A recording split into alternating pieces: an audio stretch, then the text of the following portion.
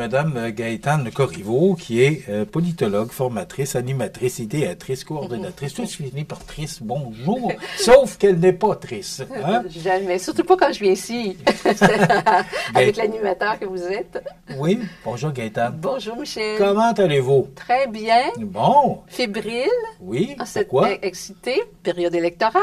Ah. On a les yeux rivés sur les... Vous êtes fébrile quand il y a une période électorale, pourquoi? Combien de femmes aurons-nous? Ah, là, on connaît le nombre de femmes candidates, mais l'élection, le 2 novembre, on aura les résultats finaux. Si vous êtes ici aujourd'hui, c'est justement pour en parler. Parce que le 3 octobre, c'était la période pour la période de candidature, les mises en candidature. Ça s'est terminé le 3 octobre. Et là, vous m'avez envoyé des chiffres. Vous m'avez fait parvenir des chiffres qui nous dit que 25,1 % des femmes candidates à la mairie, 37,9 % des femmes au poste de conseillère. Oui. Ça, vous ne parlez pas de Montmagny, là. Vous parlez... Non, c'est ça. De l'ensemble. Vous parlez de la province du Québec. Exactement, parce que le MAMACH, justement, le 3 octobre dernier, quand on a fermé la période de mise en candidature, il pouvait nous révéler des chiffres. Alors, les chiffres que vous avez, moi, je les ai pris sur le site du MAMACH, donc on va identifier notre source qui est quand même officielle. C'est pas moi qui ai sorti ça de mon chapeau. Alors, le MAMACH nous disait qu'on avait 12 540 candidatures. Donc, c'est bien pour la démocratie. On a au-delà de 8 000 postes à combler, des postes de maire, mairesse, conseiller, conseillère. Et là, quand on regarde maintenant ce qui nous intéresse au groupe Femmes politiques et démocratie, parce qu'on milite pour qu'il y ait la parité, l'égalité femmes-hommes et la parité dans toutes les instances de pouvoir et les gouvernements, que ce soit au niveau local, provincial, fédéral. Donc, on avait les yeux rivés. Vous venez de mentionner les chiffres. Alors, on voulait comparer avec les chiffres qu'on avait en 2021 et même depuis 2005, parce qu'on regarde les chiffres et l'évolution des chiffres à pas de tortue jusqu'en 2025. Donc, 25,1 %, c'est seulement plus 0,8 d'augmentation. Non, pas 8, on aimerait ça. Oui. On n'a jamais vu ça.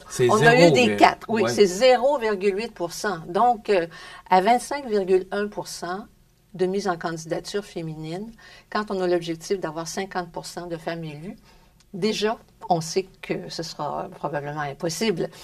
Et par rapport aux conseillères, une très faible augmentation. Et celle-là, c'est la plus faible augmentation depuis 2005, depuis 20 ans. Gaëtane, moi, j'ai tellement de questions à vous poser. Je pense qu'on pourrait faire 2 heures d'émission ensemble. Parce que, on pourrait. Oui, je sais que vous aimeriez ça. Oui, merci.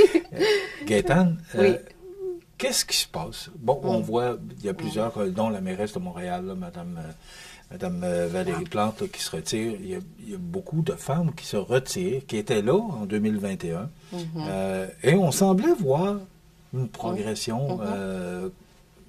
En tout cas, en 2021, il me semble que, à mon idée, il me semble qu'on voyait plus de femmes. Qu'est-ce qui se passe? Est-ce que c'est trop difficile? Est-ce que... bon, je voyais justement Mme Gabrielle Brisebois, qui est candidate à la mairie de Montmagny, qui est venue nous présenter le livre dans lequel elle a participé avec... Courage. Oui, qui s'appelle Courage. Ben, coudonc, est-ce que ça prend autant de courage pour les femmes de se lancer en politique? Oui. D'ailleurs, je les salue aujourd'hui. On parle de politique municipale, mais ça rejoint tous les... Absolument. Tous provincial les provinciales et fédérales. Au fédéral, on a stagné encore à 30 % aux élections du printemps, là. Donc, moi, je salue toutes les femmes qui osent encore se présenter, qui ont la détermination et puis l'énergie pour se présenter. Et je félicite les hommes également, parce que la démocratie, il faut qu'elle soit représentative. Donc, représentative de l'ensemble des citoyens et citoyennes, donc la diversité, mais aussi des hommes et des femmes à part égale. On n'est pas là. Donc, c'est un gros enjeu démocratique. Il y a d'autres facteurs qui menacent la santé démocratique, mais la sous-représentation des femmes est un enjeu majeur. Donc, oui, vous mentionnez que c'est plus difficile pour les femmes. Oui, c'est plus difficile parce on en a souvent parlé. Elles font face à plusieurs obstacles et des obstacles systémiques. Donc, les obstacles systémiques, c'est qu'au départ, le système politique, malheureusement, les femmes étaient dans la sphère domestique, à la maison, ne participaient pas, n'avaient même pas le droit de vote ni d'éligibilité. Donc, vous savez que lorsqu'on est absent autour d'une table, c'est difficile de voir ses intérêts, ses besoins représentés, à moins d'avoir de forts alliés qui vont passer nos messages. Mais ce n'était pas le cas. Donc, un système déjà là qui défavorise les femmes avec plusieurs obstacles. Le principal obstacle en 2025, vous le savez comme moi, les fameux réseaux sociaux. On parle du Boys Club, mais les fameux réseaux sociaux qui sont très, très durs, hargneux, surtout envers les femmes. Envers les hommes aussi, mais envers les femmes... Je dirais que la semaine passée, le maire de Québec, M. Marchand, là, oui. D'ailleurs, ça a été publié dans tous les médias. Là. Oui. Il a goûté, autrement dit. Oui, ça n'a pas été facile parce qu'il y a eu beaucoup de commentaires sur les réseaux sociaux. Oui. D'ailleurs, il a fait une sortie à cet effet-là et tous les autres candidats à la mairie l'ont supporté là-dedans. Donc, c'est pas juste les femmes, mais... Non, mais c'est principalement, elles sont plus touchées et c'est documenté. Nos fameux, si on parle de la Fédération québécoise des municipalités, l'Union des municipalités du Québec, les instances supralocales, là, dont les municipalités, les petites municipalités sont membres, ont fait des études, 2 études pour la FQM 2017-2024 et une étude 2024 par l'UMQ. Et l'UMQ cible là, les pourcentages d'intimidation, de harcèlement, de violence envers les femmes, évidemment, et qui sont accentuées. Donc, ça, c'est dénoncé. Par contre, ça ne change pas rapidement. Comment pourrait-on arrêter? Là, on souhaite toujours que les propriétaires des réseaux sociaux soient capables de réglementer ils ont toujours la contre-proposition de dire mais on est en démocratie, c'est la liberté d'expression. Mm-hmm. Alors c'est à la personne de s'autodiscipliner et malheureusement vous voyez comme moi que ça ne se fait pas puis que des gens anonymes souvent, comme on dit, derrière leur clavier, qui n'ont aucune représaille, puis il n'y a aucune menace envers eux, qui peuvent continuer. Et c'est ça, c'est la hargne contre les femmes, et ça a causé beaucoup de démissions. Il n'y a pas seulement que ça, mais il y a aussi les incivilités des uns et des unes envers les autres, que ce soit les conseillers au sein d'un conseil municipal, entre élus ou entre élus et citoyens. C'est le reflet de la société aujourd'hui, malheureusement. Donc, d'avoir le courage de se lancer en 2025, j'applaudis. Et puis, nous, au GFPD, on est là pour supporter nos femmes et les accompagner dans toutes ces épreuves. Est-ce que, c'est toute une question que je vais vous poser, mais il faut que je la pose. Est-ce qu'il y a peut-être plus d'intérêt au niveau de la politique pour les hommes que pour les femmes? Mm-hmm. Est-ce que les femmes ne regardent pas à côté pour d'autres intérêts? On voit beaucoup des femmes d'affaires qui deviennent, on en voit de plus en plus, des présidentes d'entreprises. Est-ce que c'est pas là que la femme se sent mieux qu'en politique? Ça, j'ai pas d'analyse par rapport à ça, là. Je dirais simplement mon opinion.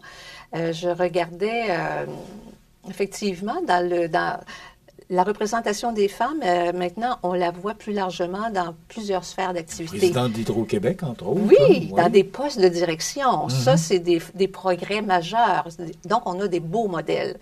Alors, ça prend des modèles pour les femmes parce que les femmes n'ont pas été socialisées comme les hommes à la vie politique. Comme je disais tout à l'heure, les femmes ont été beaucoup dans la sphère privée, la sphère domestique, n'avaient même pas le droit de vote, ne pouvaient même pas se représenter, donc n'ont pas eu la chance, comme vous peut-être, de s'intéresser à la sphère publique et de prendre la parole devant des tribunes diverses. Donc, il n'y a pas eu cette éducation-là.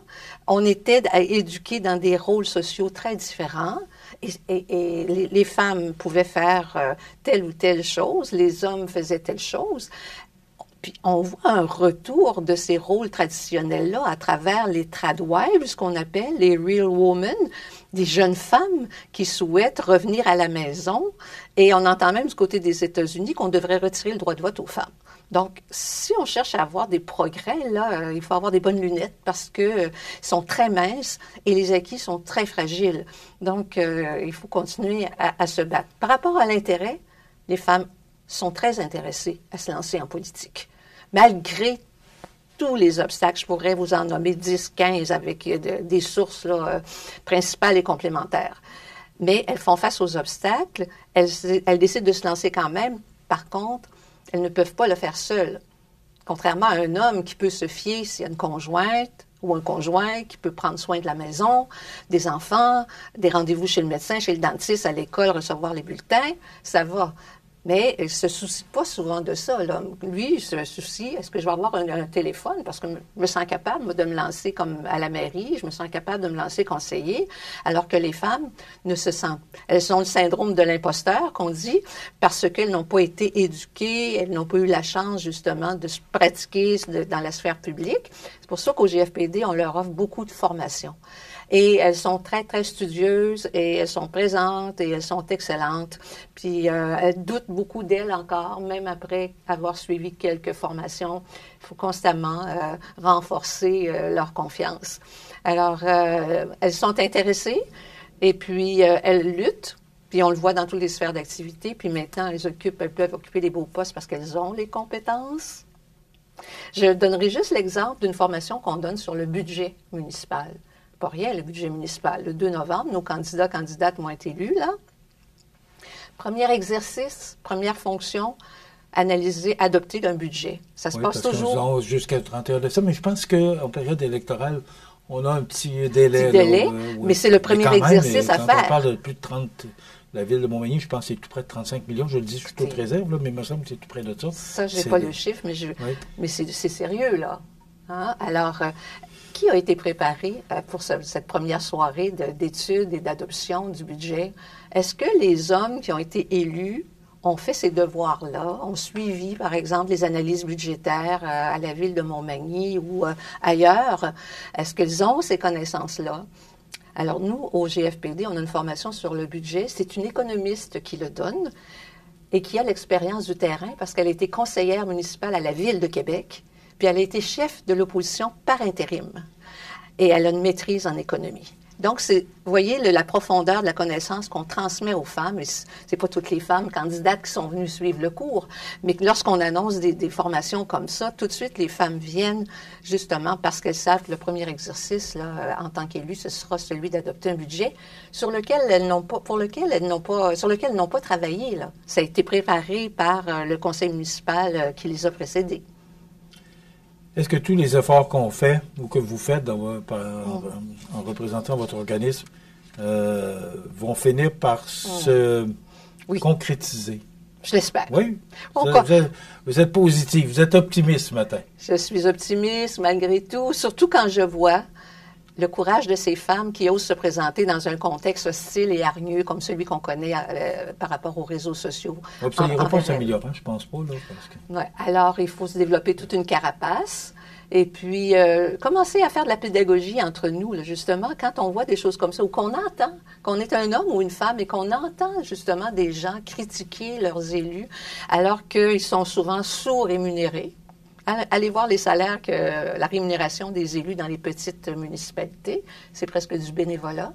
Et en plus, ils ne sont pas juste aux travaux publics, là, les aqueducs et les égouts. Là. On voit la somme des responsabilités qui leur a été dévolue, transférée du provincial au fédéral vers les municipalités. L'itinérance, le logement. On a plusieurs dossiers qui étaient provinciaux. Ils ont été transférés, mais sans le budget qui venait avec. Alors, des beaux problèmes pour nos futurs élus. Oui, puis on le sait, puis on en parle, on en discute souvent, que le gouvernement transfère de plus en plus les responsabilités dans les municipalités, donc ça va devenir de plus en plus difficile de gérer une ville ou une municipalité. Et on a toujours la même assiette fiscale. C'est pour ça qu'à l'UMQ, à la FQM, on réclame une réforme de la fiscalité municipale. Gaétane, je vous ai invité pour nous parler de ces chiffres-là que vous avez en main concernant le municipal, mais je le rappelle, c'est autant au provincial qu'au fédéral. Là. Oui. C'est pas, au fédéral. Et puis, même les chiffres récents du municipal, mais... Oui. Puis même si au provincial, justement, on a eu vraiment un progrès fulgurant aux dernières élections, mais ça reste que c'est toujours la volonté. Il n'y a pas de loi qui exige la parité, et nous, on milite pour une loi. Mais on sent de la part des premiers ministres, en tout cas de M. Legault, là, pas le dernier remaniement, mais l'avant-dernier qui avait parité. Oui. On sent que la volonté des dirigeants. Mais il faut rappeler, parce qu'il n'y a rien d'acquis. Donc, comme disait Simone de Beauvoir, pour finir avec elle, il s'agira d'une crise politique, économique, religieuse, sanitaire, climatique. Pour que les acquis, les droits des femmes soient remis en question, il faut rester vigilante notre vie durant. Madame Corriveau, c'est toujours un plaisir de vous recevoir. Merci d'avoir été avec nous. Puis on va suivre ça avec intérêt. Madame Gaëtane Corriveau, qui est politologue, formatrice, animatrice, idéatrice et coordonnatrice pour l'EDI. Groupe Femmes, Politique et Démocratie. Voilà. Et l'EDI aussi, parce qu'on a adopté une politique. Pas d'ordinateur ce matin, alors il manquait le bout de votre titre. C'est très bien. Merci. Merci d'avoir été avec nous. C'est moi qui vous remercie. Voilà, on s'arrête.